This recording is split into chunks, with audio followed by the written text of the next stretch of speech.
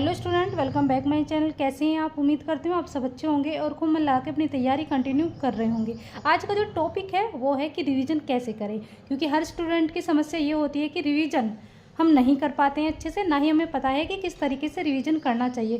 क्योंकि रिवीजन करना सबसे बोरिंग काम है।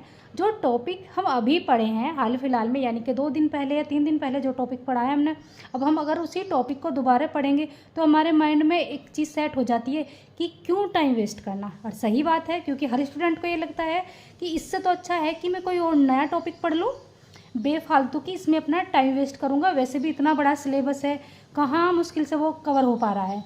तो आज मैं आपको बताऊँगी किस तरीके से आपको रिवीजन करना है, कौन सी टेक्निक आपको यूज करनी है ताकि आपकी चीज़ें याद हो जाएं और जो आपका समय है वो भी बच जाए।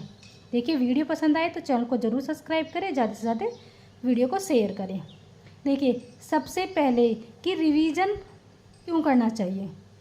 देखिए, यदि आप किसी भी गवर्नमेंट जॉब की तैयारी कर रहे हैं और आप रिवीजन नहीं करते तो आपकी ज़्यादा से ज़्यादा चीज़ें भूलने के चांस होते हैं।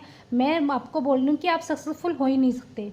आप किसी भी टॉपर्स को सुन लो, हर टॉपर आपको बोलता सुनेगा कि मैंने रिवीजन किया है, मल्टीपल टाइम रिवीजन किया है और याद नहीं है कि कितनी बार रिवीजन किया है। ठीक है, और फिर आपको भी यही टेक्निक अपनानी है, आपको भी रिवीजन करना है। अब करना कैसे है, देखिए, सबसे पहले जब भी आप रिवीजन करेंगे, ठीक है, तो आप जिस भी बुक को पढ़ रहे हैं आपके हाथ में पेन होना ज़रूरी है। ठीक है, और पेन होना ज़रूरी है, साथ के साथ आपको करना क्या है, जो भी की पॉइंट होते हैं ना उन पे आपको अंडरलाइन करते हुए जाना है, यानी कि हाईलाइट आपको कर लेना है।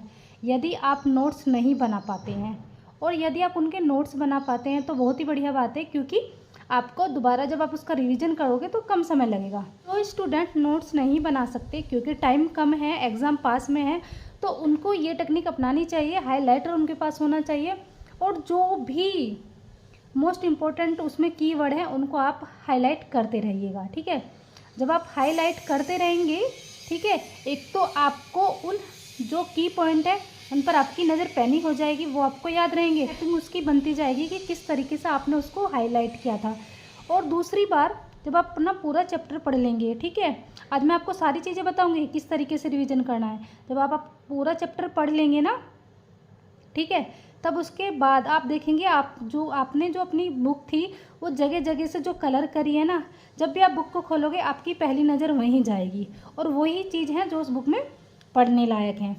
दूसरी बात, जब इसी बुक को आप दोबारा पढ़ाई करेंगे तो आपको समय कम लगेगा।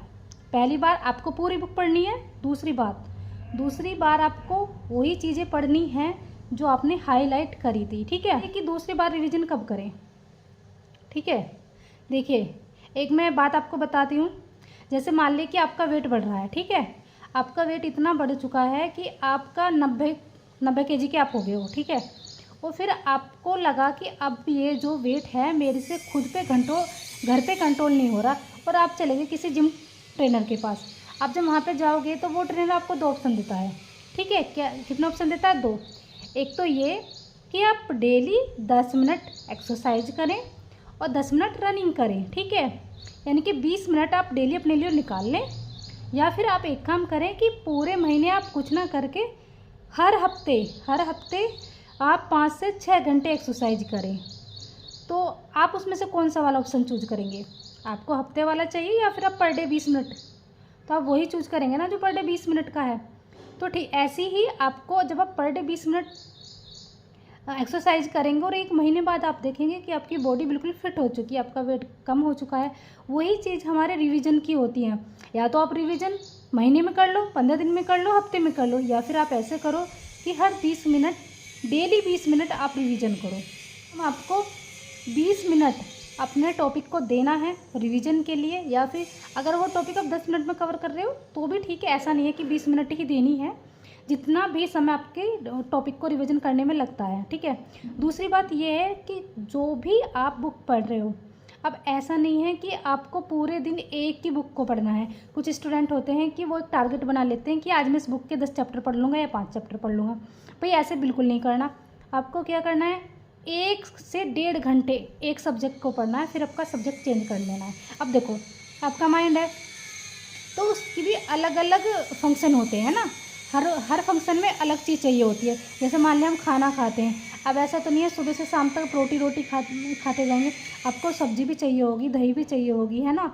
तो उससे आपका क्या इंटरेस्ट बढ़ेगा। ऐसे हमारे माइंड का होता है। जब आप उसमें पॉलिटी पढ़ेंगे सुबह से शाम तक तो वो बोर हो जाएगा। तो थोड़ी सी उसमें आपको ज्योग्राफी मिक्स कर देनी है, थोड़ी हिस्ट्री मिक्स कर देनी है, और थोड़ा हर चीज़ जो भी आप पढ़ रहे हैं, जो भी आपके सिलेबस में है टॉपिक, वही आपको 1.5 घंटे 2 घंटे एक एक टॉपिक पढ़ना है, मतलब एक एक सब्जेक्ट पढ़ना है। ऐसा नहीं है कि एक ही सब्जेक्ट को आप पूरे दिन पढ़ेंगे। इससे भी चीज़ें इंटरेस्टेड होती हैं और हमें याद होने लगती हैं और पढ़ने में इंटरेस्ट आता है, हम बोर नहीं होते। दूसरी बात, जब भी आप नोट्स बनाएंगे, कुछ स्टूडेंट्स की प्रॉब्लम होती है कि वो मतलब अपने खुद के नोट्स नहीं बनाते हैं और मार्केट से फ़ोटोकॉपी करा लेते हैं किसी के नोट्स भी। देखिए वो सबसे ज़्यादा बोरिंग होते हैं क्योंकि एक ही कलर में होते हैं। आप अगर NCERT बुक देखेंगे ना तो आपको देख के पता लगेगा कि हर बुक का जो पेज है ना वो कलरफुल होते हैं, है ना, अलग अलग उसमें कलर मिक्स किए हुए हैं, क्योंकि इस चीज़ से हमारा इंटरेस्ट बढ़ता है। जब भी आप नोट्स बनाएंगे अपने तो उसमें थोड़ा अलग अलग कलर को मेंशन करें, क्योंकि जैसे ज़्यादा डिफरेंट कलर होंगे आपका माइंड भी उसी चीज़ से सेट हो जाता है। और हमारी माइंड की जो कैपेसिटी होती है ऐसी चीज़ों को ज़्यादा होती है, वो चीज़ें हमें कम समझ में आती है, वो बहुत बोरिंग लगती है। जो मान लो ब्लैक रहेगा आपका जो फोटोकॉपी रहेगी, और उससे आप अच्छे से नहीं पढ़ पाएंगे, थोड़ी देर में ही बोर हो जाएंगे। ठीक है, एक टॉपिक आज आपने पढ़ा है तो आप कम से कम 3 दिन बाद 4 दिन बाद उसको ज़रूर पढ़ें। बेशक आपको ऐसा लगेगा कि ये मेरा टाइम वेस्ट हो रहा है, मेरे पास समय नहीं है, इससे तो अच्छा है मैं कुछ नया पढ़ लूँ। नहीं, क्योंकि जब तक आप उसको ही रिवीजन नहीं करोगे तो पता है क्या होगा आपके साथ। जैसे मान लें कि आप किसी रोड पर चल रहे हैं, ठीक है, आप आगे चलते जा रहे हैं लेकिन पीछे की जो रोड है वो ख़त्म होती जा रही है। वही आपके साथ होगा कि आप नया तो कुछ पढ़ रहे हैं लेकिन जो आपने पहले पढ़ा है वो आपका सब ख़त्म हो जाएगा। तो ऐसी रोड तो आपको नहीं बनानी ना ऐसी रोड पर आपको जाना है जो पीछे से ख़त्म हो जाए। ठीक है, टेक्निक आप अपनाते जाएंगे और फिर आप ना 15 दिन में उसका रिवीजन करेंगे। एक तो 3 से 4 दिन बाद, एक 15 दिन बाद, फिर महीने बाद। ठीक है, और फिर देखना आपको टॉपिक कैसे याद नहीं होता है। और जब भी आप PYQ करेंगे उस टॉपिक के, ठीक है, जैसे कि मान लिया आज आप हिस्ट्री पढ़ रहे हैं और हिस्ट्री के जब भी आप PYQ करेंगे तो 4 ऑप्शन होते हैं, है ना, 4 ऑप्शन होते हैं हमारे यहाँ पे। ठीक है, 4 ऑप्शन दिए होते हैं, तो आप कोशिश करें जो 4 ऑप्शन हैं उनमें जो और ऑप्शन दिए हुए हैं यदि उनके बारे में आपको कुछ पता है तो वो भी आप अपनी कॉपी में वहाँ लिख दें बुक में। जब तक आप अपनी बुक में लिखेंगे नहीं अपने हाथ से, क्योंकि कुछ स्टूडेंट की बुक मैंने देखी है कितनी साफ़ होती हैं, बिल्कुल जैसे मतलब उनको छुआ ही ना हो। ठीक है, और कुछ स्टूडेंट आपको ऐसे दिखेंगे कि उनकी बुक पूरी लिखी हुई मिलेगी आपको, और वो चीज़ सच में मैंने खुद पे अप्लाई की है। वहाँ पे चीज़ें ज़्यादा याद हो जाती हैं, क्योंकि जब मैं पढ़ती हूँ जिसे को मान लें 4 ऑप्शन दिए हुए हैं, यदि मुझे दूसरे वाले ऑप्शन के बारे में कुछ याद है तो मैं फटाफट वहीं पर लिख देती हूँ कि इसके बारे में मुझे ये याद है।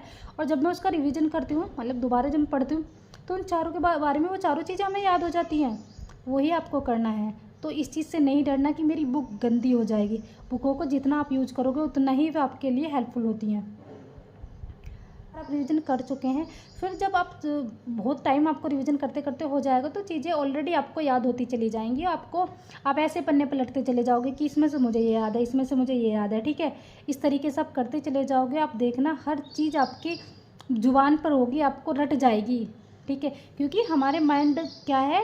और हाँ, कोशिश करें ऑनलाइन से ज़्यादा आप अपनी बुकों को टाइम दें, यानी कि अपने नोट्स को टाइम दें, क्योंकि जो नोट्स होते ऐसा ही नहीं है हम किताब पढ़ते हैं उसका एक एक पेज हमारे दिमाग में छप जाता है जब हम बुक से पढ़ते हैं, क्योंकि हमारे माइंड की कैपेसिटी होती है। आपको याद आ जाएगा कि इस पेज पे ये लिखा हुआ है जब आप मल्टीपल टाइम उसका रिवीजन करोगे। ठीक है, क्योंकि मैंने ये खुद पे ट्राई किया है। वो ऐसे मुझे पता हो, जैसे मान लें मुझे कुछ ढूंढना है तो मुझे पता होता है कि किस बुक पर मुझे मिलेगा, तो ये मल्टीपल टाइम रिवीजन करने से होता है। तो आप भी कोशिश करें जितनी बार हो सके आप रिवीजन करें और अपनी बुकों के साथ उन्हें टाइम दे कि बुकों को। और ऑनलाइन पढ़ो, अच्छी बात है, ऑनलाइन पढ़ना चाहिए, लेकिन ऐसा नहीं है कि आपको सिर्फ ऑनलाइन ही बेस रहना है, आपको अपनी किताबों को भी टाइम देना है, उनसे भी पढ़ना है।